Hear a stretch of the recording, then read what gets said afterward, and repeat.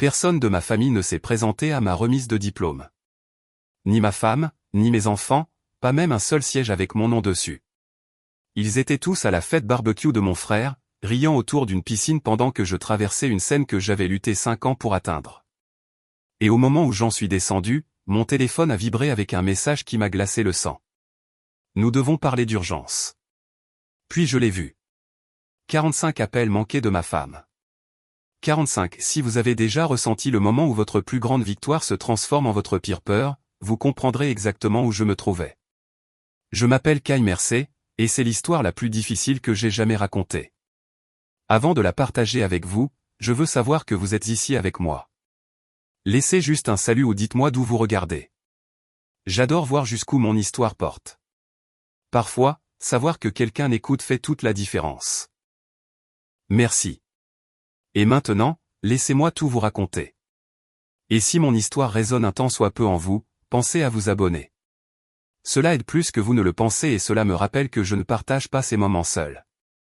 Je suis descendu de cette scène avec mon diplôme à la main et un vide creux dans ma poitrine parce que chaque siège réservé à ma famille, ma femme, mes enfants, mes parents, est resté vide sous les lumières vives de l'auditorium. Les gens autour de moi pleuraient, se serraient dans les bras, passaient des fleurs le long de longues rangées de parents fiers. Je suis juste resté là, seul, essayant de ravaler la douleur tout en prétendant que cela n'avait pas d'importance. 5 ans de cours du soir, de service tôt le matin et de week-end sacrifiés m'avaient amené à ce moment. Et d'une manière ou d'une autre, j'étais le seul à m'être présenté. Je suis Kai Mercé, 30 ans, vivant à Denver, Colorado. Pendant une demi-décennie, je m'étais coupé en morceaux, 10 heures par jour chez Evergreen Capital, 3 heures de cours du soir à l'université du Colorado à Denver et les bribes de temps qui restaient pour ma femme Sienna et nos 2 enfants. Jackson 8 ans, bruyant, compétitif, essayant toujours de surpasser ses cousins. Luna 6 ans, à la voix douce et collée à mes côtés chaque fois que je parvenais à rentrer à la maison avant son coucher. Je les aimais plus que tout, mais au fil des ans, une étrange distance s'était installée entre nous, comme s'ils dérivaient sur un courant contre lequel j'essayais sans cesse et en vain de nager. Mes parents, Mark et Evelyn, vivaient à Santa Fe. C'était le genre de parents qui applaudissaient le plus fort pour mon frère aîné, Rowan, et qui ne remarquaient jamais quand j'avais besoin d'eux. Rowan avait été l'enfant prodige depuis sa naissance. Il marquait des touchdowns, il traversait des États pour le voir. Je gagnais des prix académiques, il m'envoyait une carte de félicitations. En tant qu'adulte, rien n'a changé. Rowan a acheté une nouvelle maison, ils ont passé 2 semaines à l'aider à la rénover. Je leur ai demandé s'ils pouvaient garder les enfants pendant mes examens finaux, ils ont dit qu'ils étaient épuisés par la route et ont promis d'aider la prochaine fois. Il n'y a jamais eu de prochaine fois. C'est peut-être pour ça que j'ai poursuivi ce MBA avec tant d'acharnement, pour me prouver enfin que je n'étais pas seulement l'ombre silencieuse de Rowan. Devenir gestionnaire de portefeuille senior signifiait la stabilité de l'avenir, une chance pour ma famille de respirer plus facilement. Je pensais qu'en terminant ce diplôme, je serais enfin vu, non seulement par mon entreprise, mais aussi par les personnes que j'aimais le plus. Mais quand je suis descendu de la scène, la première chose qui a illuminé mon téléphone n'était pas un message de félicitations ou une photo de mes enfants tenant une pancarte disant « Vas-y, papa ». C'était un message de Sienna. Nous devons parler d'urgence. Et en dessous, 45 appels manqués. Je me tenais à l'ombre du bâtiment universitaire, le bruit de la célébration s'estompant derrière moi, réalisant que ce jour n'était ni une fin ni un début. C'était un avertissement. Quelque chose était déjà en train de se défaire, et quoi que ce fût, cela se produisait bien avant que je ne traverse cette scène. Je fixais mon téléphone tandis que les lumières du campus bourdonnaient au-dessus de moi. Et pour la première fois de la journée, j'ai senti la vérité s'installer, les sièges vides n'étaient pas un accident. C'était la première fissure dans une ligne de faille beaucoup plus profonde que je commençais seulement à voir. Au moment où j'ai vu ces sièges vides, mon esprit est revenu sur 5 années éreintantes d'une double vie. Chaque matin, je me traînais hors du lit à 5 heures, préparais les déjeuners, traitais rapidement les emails, conduisais jusqu'à Evergreen Capital pour un service de 10 heures, puis je traversais Denver en courant pour arriver en classe à 18 heures. Je m'asseyais sous des lumières fluorescentes jusqu'à 21 heures, prenais des notes jusqu'à ce que ma main ait des crampes, puis rentrais à la maison pour trouver un évier plein de vaisselle et 2 enfants déjà endormis. Jackson se plaignait le matin que je ne venais jamais à ses matchs. Luna s'endormait avec un livre sur sa poitrine parce que je n'étais pas à la maison pour le lui lire. Je me disais que c'était temporaire, qu'un jour il comprendrait pourquoi j'avais tant manqué. Sienna a compris au début. Elle était fière, vraiment fière. Mais à mesure que les semestres s'accumulaient et que je passais plus de nuits penchées sur des manuels qu'à ses côtés, elle a changé. Elle a commencé à travailler plus de week-ends, elle a cessé de m'attendre. Les conversations sont devenues plus courtes, plus froides, et ont finalement cessé d'être des conversations. Elle ne criait jamais. Elle n'en avait pas besoin. Le silence peut construire un mur plus épais que n'importe quelle dispute. Mes parents n'ont pas aidé. Chaque fois que je demandais de l'aide, ils étaient occupés à aider Rowan. S'il éternuait, ils apportaient de la soupe et des couvertures. Si j'appelais, ils disaient qu'ils me rappelleraient et ne le faisaient jamais. Quand je leur ai demandé de garder les enfants pour que je puisse assister à une session d'études obligatoire avant les examens finaux, ils ont dit qu'ils devaient descendre aider Rowan à assembler un barbecue extérieur.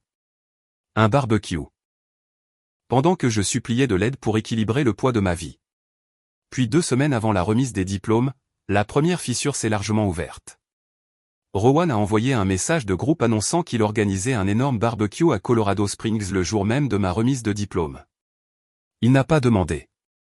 Il n'a pas vérifié. Il l'a simplement déclaré comme si tout le monde devait naturellement se présenter. Mes parents ont répondu instantanément. Nous serons là, Rowan. On a hâte. Mes enfants ont vu le message et ont immédiatement commencé à parler de piscine et de toboggans aquatiques.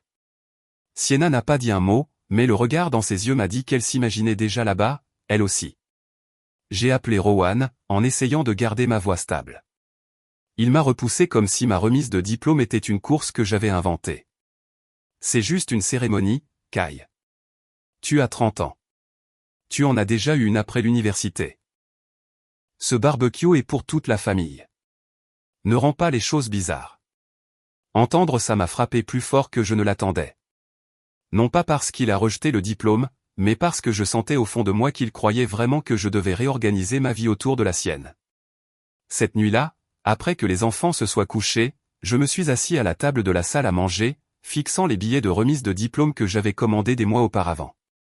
6 billets, chacun avec un nom imprimé. J'avais imaginé les distribuer fièrement. J'imaginais Sienna souriant. J'imaginais mes parents me disant qu'ils étaient fiers. Maintenant, ils me regardaient comme des preuves dans une affaire que je ne voulais pas résoudre. Je me suis couché avec un nœud dans l'estomac, une certitude calme et lourde se formant dans ma poitrine. Ma famille ne choisissait pas entre ma remise de diplôme et le barbecue. Ils avaient déjà choisi. Et ce n'était pas moi. C'est cette nuit-là que la première vraie fracture est apparue, la colère, la déception et quelque chose de plus froid en dessous, le sentiment que je perdais ma famille avant même de réaliser qu'elle m'échappait. 2 semaines avant la remise des diplômes, je me suis jeté dans les préparatifs comme quelqu'un qui essaie de maintenir sa vie en ordre par pure volonté. J'ai réservé une table à Highland Esprim, l'endroit le plus chic que je pouvais me permettre. J'ai acheté un nouveau costume bleu marine, pris rendez-vous chez le coiffeur, imprimé les billets et même envoyé des rappels par email à tout le monde, à Sienna, à mes parents, à Rowan, à ma belle-sœur, choisissant l'optimisme plutôt que l'histoire. Ils avaient promis qu'ils seraient là. Je les ai crus parce que j'avais besoin de les croire.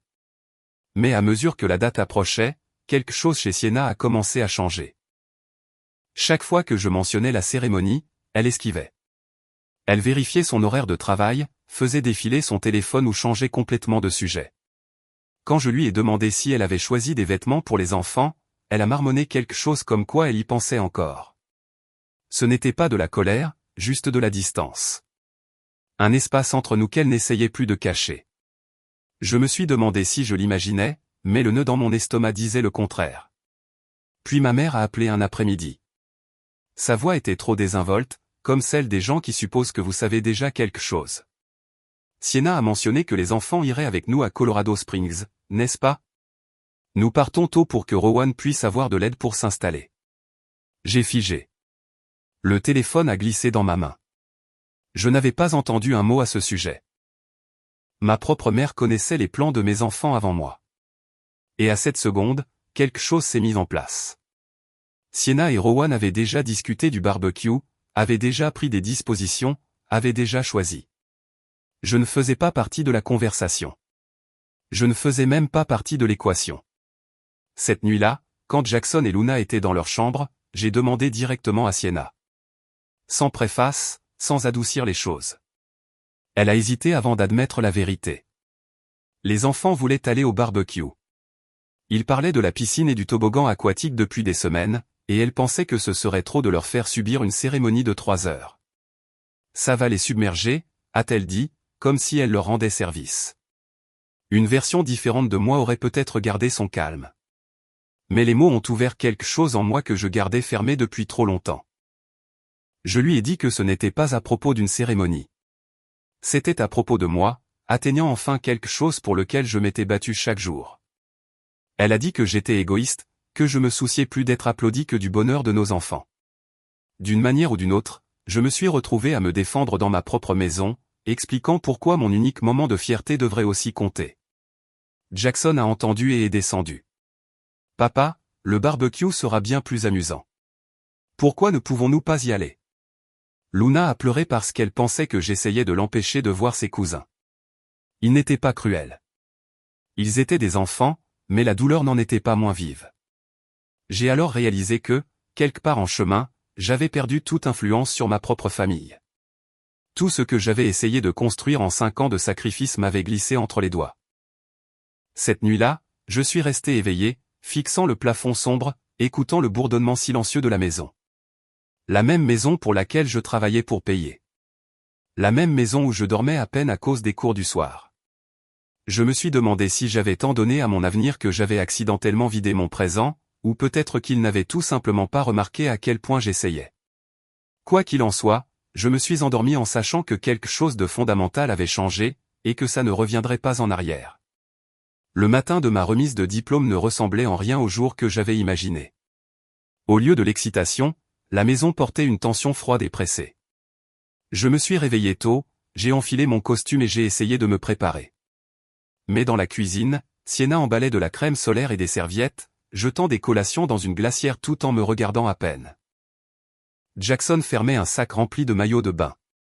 Luna était déjà dans ses tongs à paillettes. Personne n'a demandé à quelle heure commençait ma cérémonie. Personne n'a demandé si j'étais nerveux ou excité. C'était comme si mon grand jour n'existait pas du tout. Puis mon téléphone a vibré, un message de Rowan. « Nous sommes proches. Soyez prêts. » Ce n'était pas pour moi. C'était pour eux. Un instant plus tard, Sienna a dit qu'elle essaierait de me rejoindre à la cérémonie après, si les choses se passaient bien. J'ai entendu quelque chose se taire en moi. Un silence que je ne pouvais pas combler, un espace que je ne pouvais pas traverser. J'ai embrassé la tête des enfants, mais ils se dirigeaient déjà vers la porte. « Si, ai-je dit, lui barrant le chemin une seconde. Tu viens toujours ? Tu tiens ta promesse ? » Elle a soupiré comme si je demandais trop. Elle a dit que je devrais comprendre que les enfants ont besoin de joie, pas de longs discours. Elle a dit qu'un père devrait savoir ça. Et dans ce bref échange, j'ai réalisé que j'entrerais seul dans cet auditorium. Quand ils sont partis, j'ai remarqué un morceau de papier sur le comptoir, l'écriture de Sienna. J'ai emmené les enfants tôt pour aider Rowan à s'installer. Bonne chance. On essaiera d'être là. Pas d'excuses, pas de félicitations, même pas mon nom. Juste un mot que vous laisseriez à un livreur. J'ai conduit seul jusqu'au campus, regardant les familles s'entasser dans des VUS avec des ballons et des fleurs pendant que je fixais le siège passager vide à côté de moi. La ville semblait surréaliste, comme si j'étais sorti de ma propre vie et que je regardais celle de quelqu'un d'autre se dérouler. Plus je me rapprochais de l'université, plus je me demandais si j'avais tout mal jugé, mon mariage, mes relations, mon rôle de père, ou peut-être avais-je simplement fait semblant que les choses allaient mieux qu'elles ne l'étaient. Dans le parking, j'ai vérifié mon téléphone par habitude et j'ai vu une photo que Sienna avait publiée quelques minutes plus tôt. Elle, mes parents et Rowan se tenaient devant son barbecue, souriant sous une guirlande de lumière de jardin. Jackson et Luna étaient déjà dans la piscine derrière eux. L'horodatage correspondait parfaitement au moment où ils avaient quitté notre allée. Ils n'avaient pas seulement choisi le barbecue. Ils n'avaient jamais eu l'intention de venir du tout. Mes mains tremblaient autour de mon téléphone, non pas de rage, même pas de tristesse, mais de quelque chose de plus profond, de plus lourd, la réalisation que j'étais peut-être seul bien avant aujourd'hui. Je suis entré dans l'auditorium et j'ai regardé les familles s'entasser dans chaque rangée, les parents saluant leurs enfants sur scène, les partenaires enregistrant tout, les enfants applaudissant. Ma section avait 6 chaises vides, 6 rappels que j'avais échoué à me faire compter pour les personnes qui auraient dû se soucier le plus. J'ai pris ma place avec une torpeur que je ne pouvais pas secouer, sachant qu'après la fin de cette cérémonie, la véritable confrontation, quelle que soit la forme qu'elle prendrait, m'attendait. Le bruit à l'intérieur de l'auditorium semblait être une chose vivante. Des cris, des rires, des familles appelant les diplômés comme si elles les envoyaient dans une nouvelle vie avec une explosion de joie. Partout où je me tournais, quelqu'un posait pour une photo ou était enlacé dans une étreinte fière. Les bouquets bruissaient. Les appareils photo cliquaient. Les gens pleuraient dans les bras les uns des autres. Et j'étais là, debout au milieu de tout ça, les mains dans les poches, entouré d'un espace vide où ma famille aurait dû être. Chaque acclamation autour de moi rendait le silence à côté de moi plus fort. Je me suis dit de tenir le coup, de juste passer la cérémonie et de m'occuper du reste plus tard. Mais quand j'ai entendu quelqu'un appeler mon nom, cela m'a surpris si fort que j'ai tressailli. J'ai levé les yeux et j'ai vu Cassidy, ma plus proche collègue, la seule personne qui m'avait vu me traîner au travail ces 5 dernières années, courant vers moi avec un sourire. Elle n'était pas habillée pour une remise de diplôme. Elle avait clairement quitté le travail plus tôt. « Kai », dit-elle à bout de souffle. Je n'allais pas te laisser rester seul ici aujourd'hui. Cette seule phrase m'a frappé plus fort que tout ce que ma propre famille avait fait. Ils n'étaient pas venus, elle, si. Quand ils ont commencé à appeler les noms, ma poitrine s'est serrée. J'ai écouté applaudissement après applaudissement, chacun ponctué par les acclamations affectueuses du public. Quand ma section s'est levée, j'ai eu l'impression d'entrer sous un projecteur que je ne méritais pas, car les personnes avec qui je voulais le partager n'étaient pas là pour le voir. Kai merci, a dit l'annonceur. J'ai traversé la scène sous les lumières vives, les applaudissements sonnant creux à mes oreilles. J'ai regardé vers la rangée réservée à ma famille. 6 sièges, parfaitement alignés, toujours vides. Rien que de l'espace vide là où leur visage aurait dû être. En reprenant ma place, j'ai senti mon téléphone vibrer dans ma veste. Je l'ai ignoré au début, essayant de me concentrer, mais il ne s'arrêtait pas. Après quelques vibrations, je l'ai finalement sorti et j'ai vu un seul message de Sienna attendant sur mon écran de verrouillage. Nous devons parler d'urgence. Mon estomac s'est noué. Quelque chose en moi a murmuré que ce n'était pas seulement une excuse pour avoir manqué la cérémonie. Quelque chose n'allait pas. Puis le doyen s'est avancé pour annoncer les honneurs académiques. Mon nom est apparu comme l'un des meilleurs diplômés MBA de l'année. La salle a éclaté en applaudissements. Les gens ont applaudi. Les familles se sont levées. Les camarades de classe se sont félicités. Je suis resté assis, complètement immobile. Je n'arrêtais pas d'imaginer mes enfants entendant mon nom.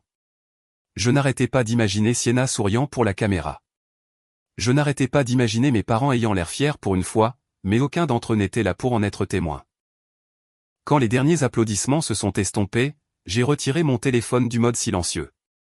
L'écran a explosé de notifications. 45 appels manqués de Sienna. 45, ma gorge s'est nouée. Ce n'était pas quelqu'un qui paniquait facilement. Elle n'appelait pas à plusieurs reprises à moins que quelque chose de vraiment grave ne se passe. Je n'ai même pas dit au revoir à Cassidy. Je me suis juste levé et j'ai dévalé l'allée, manquant de trébucher dans ma hâte. Dans le couloir silencieux, le contraste était saisissant. Le bruit de la célébration s'estompant derrière moi, l'écho stérile de mes pas s'étirant devant. J'avais l'impression de marcher entre 2 versions de ma vie, celle pour laquelle je m'étais battu et celle que je perdais. Mes mains tremblaient quand j'ai rappelé Sienna. Elle a répondu à la première sonnerie, sa voix se brisant avant même qu'elle ne dise mon nom. Kai, oh mon Dieu, Jackson a eu un accident. Nous sommes à l'hôpital Mémorial. Nous ne savions pas comment te joindre. S'il te plaît, viens. La salle a tourné un instant. Mon fils était blessé et soudain, plus rien d'autre n'avait d'importance. J'ai couru vers le parking avec une seule pensée en tête, le rejoindre. Le trajet de Denver à Colorado Springs semblait interminable. Même si je filais sur l'autoroute plus vite que je n'aurais dû, chaque kilomètre s'étirait entre la peur et la colère. La peur parce que mon fils était blessé, la colère parce qu'il n'aurait pas dû être à ce barbecue en premier lieu. Chaque fois que je serrais plus fort le volant, j'imaginais comment ce jour aurait pu être différent s'ils étaient venus à ma cérémonie, si Rowan n'avait pas planifié sa fête, si Sienna m'avait dit la vérité au lieu de prendre des décisions dans mon dos. À mi-chemin, mon téléphone a vibré avec un long texto de Sienna. Je n'aurais pas dû regarder, mais je l'ai fait. Elle a admis qu'elle avait laissé les enfants choisir le barbecue il y a des semaines. Elle a admis qu'elle avait promis à Rowan qu'il viendrait. Elle a admis qu'elle me l'avait caché parce qu'elle ne voulait pas d'une autre dispute. J'ai senti quelque chose en moi s'effondrer. Pas seulement la confiance, mais le dernier morceau de croyance qu'elle voyait ce qui comptait pour moi. Quand j'ai franchi les portes coulissantes des urgences, je les ai vus immédiatement. Mes parents, Rowan, Sienna, Luna, tous blottis autour du lit de Jackson comme un portrait de famille parfait pris au mauvais moment. Leur visage était tordu d'inquiétude et de peur. Ils lui touchaient le bras, essuyaient ses larmes, chuchotaient des paroles de réconfort. Ils étaient tous là pour lui, mais pas pour moi. Je me suis approché, et avant même que je parle, Héloïse, ma jeune cousine, a levé les yeux vers moi avec un demi-sourire maladroit qui disait qu'elle savait déjà. Elle n'avait jamais été douée pour garder les choses pour elle. Rowan a dit à tout le monde plus tôt, dit-elle nerveusement, que Sienna avait déjà accepté d'amener les enfants. Il a dit que ta remise de diplôme n'était juste, tu sais, pas grand-chose. Elle s'est tue en voyant mon visage. Quelque chose de froid s'est répandu dans ma poitrine. Bien sûr, Rowan l'avait présenté de cette façon. Bien sûr, tout le monde supposait que ça m'irait. Quand Jackson m'a enfin remarqué, ses yeux enflés se sont agrandis. Papa, a-t-il pleuré? Pourquoi n'es-tu pas venu au barbecue? Tout le monde était là. Sa voix s'est brisée et cela m'a presque anéanti. Il n'essayait pas de me faire du mal. Il ne pouvait sincèrement pas comprendre pourquoi son père ne s'était pas présenté à quelque chose qu'il pensait important. Il ne comprenait pas qu'il avait manqué le plus grand moment de ma vie. La pièce est tombée dans un étrange silence alors que je me tenais à côté de lui. J'ai demandé ce qui s'était passé, bien que ma voix tremblait. Rowan a expliqué rapidement, disant que Jackson s'était exhibé sur le toboggan aquatique et avait glissé. Il parlait comme si c'était un accident malheureux que personne n'aurait pu empêcher. Mes parents sont intervenus, parlant l'un sur l'autre comme s'ils se dépêchaient de se justifier. Quelque chose en moi a cédé. Je leur ai dit que j'étais resté seul à ma propre remise de diplôme. Je leur ai dit que pas un seul d'entre eux, ni ma femme, ni mes enfants, ni mes parents, ne s'étaient présentés. Je leur ai dit que j'avais traversé cette scène et que je n'avais vu que des chaises vides. Ma voix n'était pas forte, mais elle était assez tranchante pour couper à travers la pièce. Tout le monde s'est tu. Puis mon père a dit la seule chose qui m'a poussé au-delà de mes limites. Tu aurais dû nous le rappeler, a-t-il dit. Tu sais à quel point nous sommes occupés. Nous ne pouvons pas suivre chaque petit événement. Chaque petit événement. La cérémonie pour laquelle j'ai travaillé 5 ans. L'événement dont je leur avais parlé par email. L'événement que je leur avais rappelé en personne. L'événement autour duquel j'avais construit toute ma vie. Je n'ai pas crié. Je n'ai pas argumenté. J'ai juste reculé, soudainement épuisé jusqu'à l'os. J'ai dit à Sienna que j'avais besoin d'air. Et avant que quiconque puisse dire autre chose, je suis sorti de l'hôpital. Pour la première fois de ma vie, je n'étais pas sûr si je m'éloignais d'une dispute ou si je m'éloignais d'une version de ma famille que je ne pouvais plus porter. Dehors, l'air nocturne m'a frappé durement, et j'ai enfin compris que la véritable confrontation n'avait pas lieu dans cette chambre d'hôpital, elle allait suivre, et rien dans ma vie ne serait plus pareil après. Je suis retourné à Denver cette nuit-là, la route s'étirant sans fin devant moi. Les lumières du tableau de bord se brouillant chaque fois que mes yeux piquaient. L'autoroute était presque vide, mais ma tête semblait bondée de tout ce que j'avais essayé d'ignorer pendant des années. Je revoyais Jackson pleurer dans ce lit d'hôpital. Je revoyais ses sièges vides dans l'auditorium. J'entendais la voix de mon père me dire que ma remise de diplôme n'était qu'un autre événement. Au moment où j'ai franchi les limites de la ville, je me sentais vide, comme si la journée avait réussi à voler à la fois mon moment et le dernier morceau de respect que je pensais que ma famille avait encore pour moi. Mon téléphone vibrait toutes les quelques minutes. Sienna appelait encore et encore, son nom illuminant l'écran comme un plaidoyer que je n'étais pas prêt à entendre. Je ne l'ai pas bloqué, mais je n'ai pas répondu non plus. J'avais besoin de silence, pas d'explications dites trop vite, pas d'excuses lancées parce qu'elle se sentait coupable. J'avais besoin d'espace pour tout ressentir sans que quelqu'un d'autre me dise comment me sentir. Puis est venu un long message audio. Je n'avais pas l'intention de l'ouvrir, mais mon pouce a bougé tout seul. La voix de Sienna a rempli la voiture, fatiguée, rauque. Elle a dit qu'elle s'était sentie comme une mère célibataire pendant des années, comme si elle avait porté le fardeau seule pendant que je poursuivais quelque chose de plus grand. Elle a dit qu'elle était épuisée de toujours faire de la place pour que je puisse grimper, qu'elle avait cessé de se sentir vue ou entendue bien avant la cérémonie. Mais elle a aussi admis autre chose. Elle avait insisté pour le barbecue parce qu'elle voulait être quelque part où elle ne se sentirait pas éclipsée par ma réussite. Les mots ont frappé plus fort que je ne l'attendais. Une partie de moi comprenait son épuisement.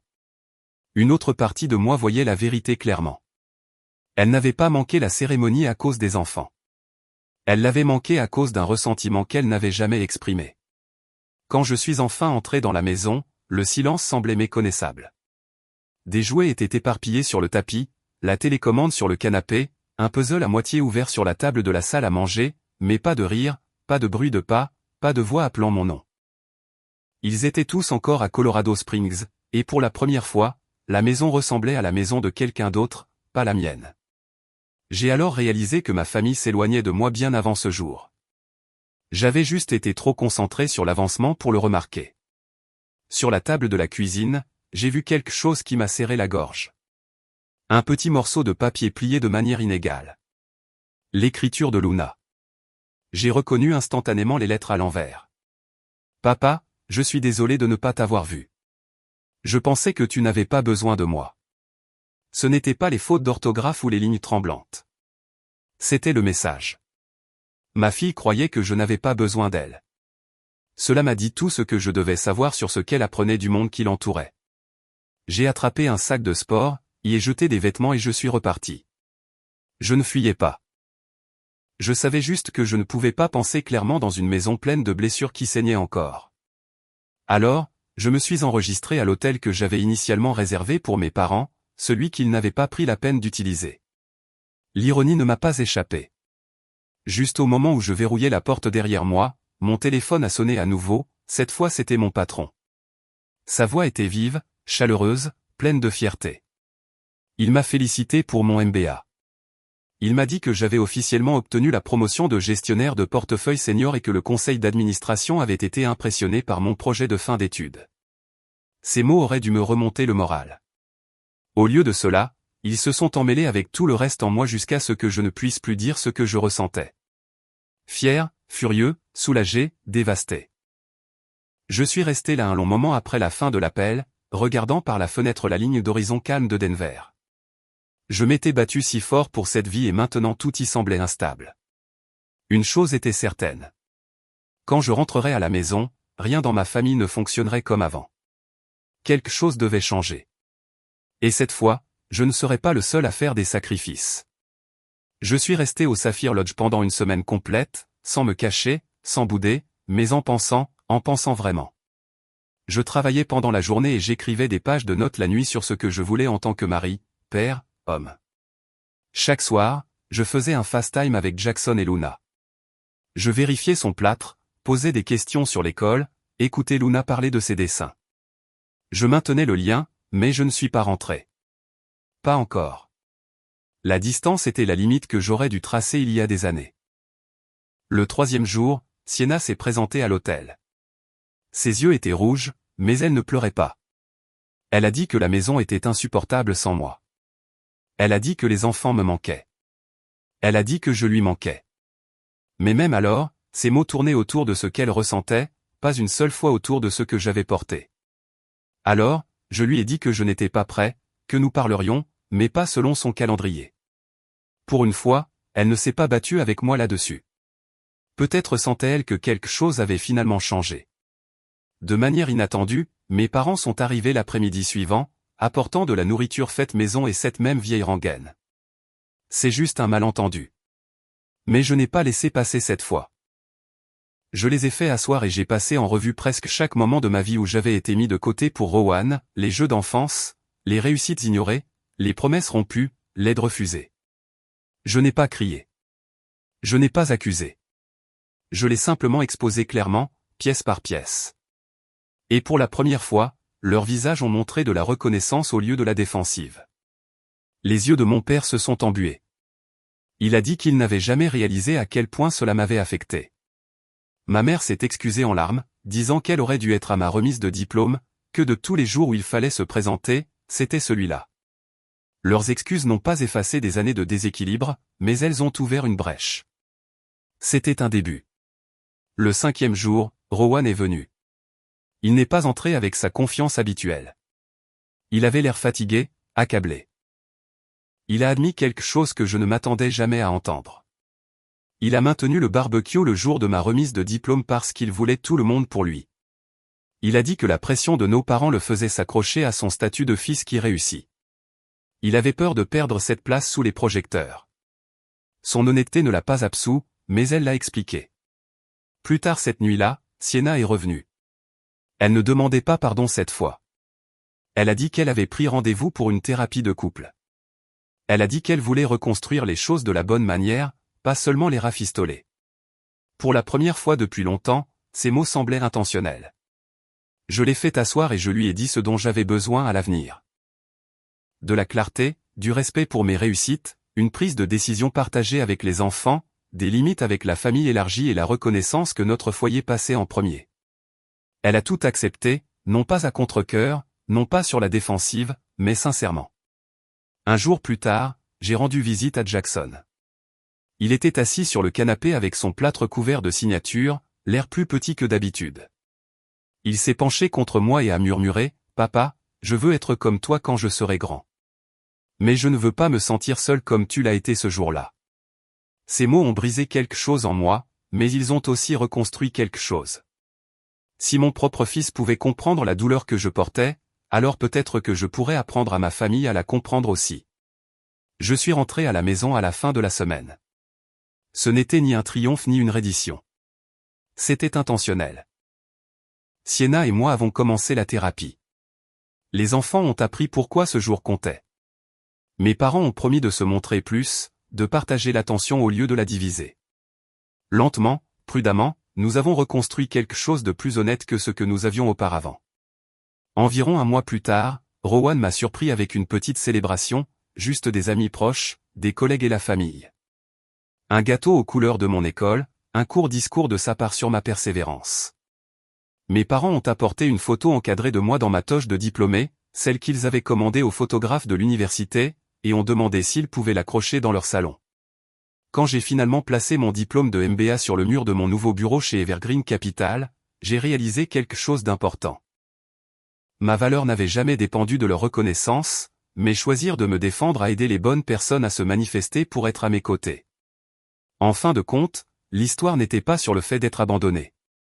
C'était sur le fait d'être enfin vu, enfin entendu, et de choisir de reconstruire une vie où je ne disparaissais plus derrière personne, même pas les personnes que j'aimais le plus. Dans les semaines qui ont suivi, la vie ne s'est pas arrangée comme par magie, mais quelque chose en moi s'est finalement apaisé. Non pas parce que tout le monde m'a soudainement compris, et non pas parce que le passé a été effacé, mais parce que j'ai arrêté de m'abandonner. Pour la première fois depuis des années, je ne courais pas pour répondre aux attentes ou ne m'excusais pas de vouloir être vu. Je restais simplement là où j'étais et je demandais aux gens qui m'aimaient de se tenir à mes côtés. Et ils l'ont fait, lentement, imparfaitement, mais ils l'ont fait. Jackson pose encore des questions sur la remise des diplômes. Parfois, surtout pour comprendre pourquoi les adultes font des choix qui se blessent mutuellement. Luna me serre plus fort qu'avant, comme si elle compensait le siège qu'elle n'a pas occupé ce jour-là. Et Sienna, elle ne se précipite plus pour s'excuser. Elle écoute. Elle réfléchit. Elle est présente. La thérapie n'a pas été facile. S'asseoir dans cette pièce, entendre comment nous avons tous deux contribué à la distance entre nous m'a forcé à affronter des parties de moi-même que je n'aimais pas. Ma tendance à me renfermer. Ma conviction que le travail acharné seul garantissait l'amour.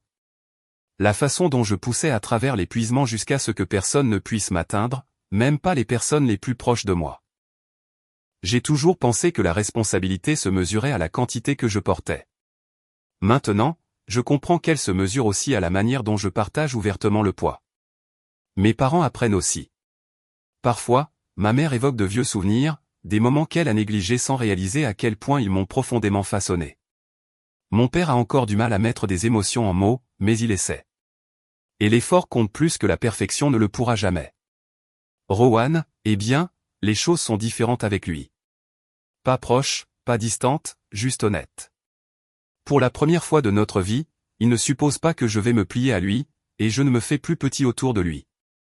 Nous sommes devenus deux adultes debout sur un pied d'égalité plutôt qu'un dominant l'autre tout en prétendant que nous avons la même taille. Mais la vérité est qu'aucun de ces changements ne se serait produit si je n'avais pas pris du recul et passé cette semaine seul. La distance m'a donné une clarté dont je ne savais pas que j'avais besoin. Le silence a fait place à des vérités que j'avais eu trop peur de dire. Et voir mon fils me regarder avec de l'inquiétude dans les yeux m'a fait réaliser le coup de rester silencieux. Ce jour de la remise des diplômes n'était pas seulement un moment de chagrin. C'était un tournant, du genre qui fait mal d'abord et guérit plus tard. Un rappel que même lorsque les gens vous laissent tomber, vous pouvez choisir de ne pas vous laisser tomber vous-même. Un rappel que la famille doit être construite, pas supposée. Un rappel que les limites ne sont pas des murs. Ce sont des plans pour des relations plus saines. Parfois, le signal d'alarme le plus fort vient d'une chaise vide. Parfois, il faut un moment brisé pour reconstruire une vie plus forte. Et parfois, les personnes dont vous avez le plus besoin sont celles qui vous déçoivent en premier. Mais ensuite, elles apprennent, elles grandissent, et elles se présentent meilleures qu'avant. Si vous vous êtes déjà retrouvé seul un jour où vous n'auriez pas dû l'être, j'espère que vous savez ceci.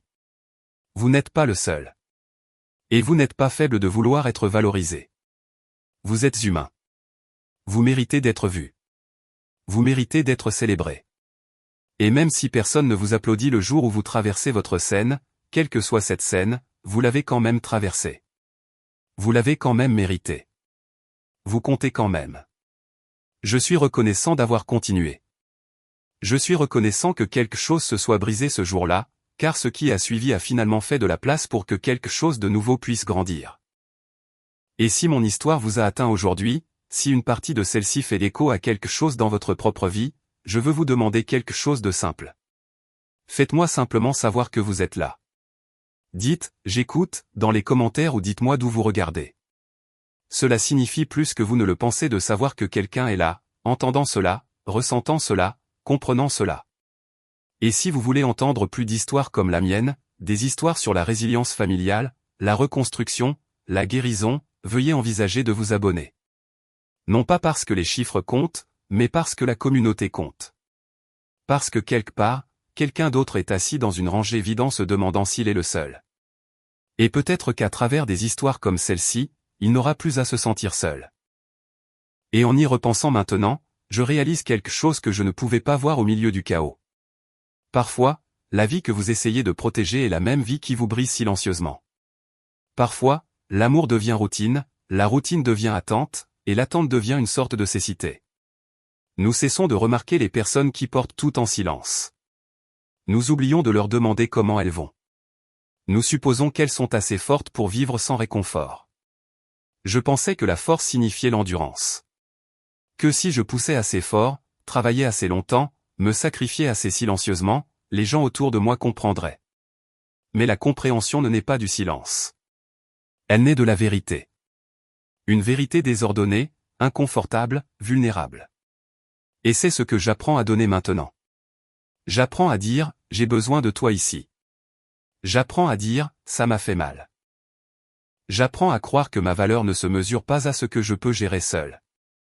La guérison n'est pas linéaire. Certains jours, le souvenir de cette rangée vide pique encore. Certaines nuits, je me demande si les choses auraient été différentes si j'avais parlé plus tôt. Mais ensuite, je vois mon fils essayer d'être plus doux. Je vois ma fille me regarder avec un nouveau respect. Je vois ma femme me tendre la main au lieu de s'éloigner. Et je me vois enfin choisir de ne pas disparaître à l'intérieur de ma propre vie. C'est peut-être ça, la vraie remise de diplôme. Pas le diplôme, pas les applaudissements, mais le moment où vous sortez de qui vous étiez et marchez vers qui vous êtes censé devenir. Et si mon parcours dit quelque chose, qu'il dise ceci. Il n'est jamais trop tard pour reprendre votre voie. Il n'est jamais trop tard pour demander plus. Il n'est jamais trop tard pour réécrire l'histoire que vous vivez. Si vous êtes arrivé jusqu'ici avec moi, merci. Votre présence compte. Votre écoute compte. Et où que vous soyez en ce moment, quel que soit le poids que vous portez, j'espère que vous savez que vous méritez une vie qui vous valorise aussi farouchement que vous valorisez tous les autres.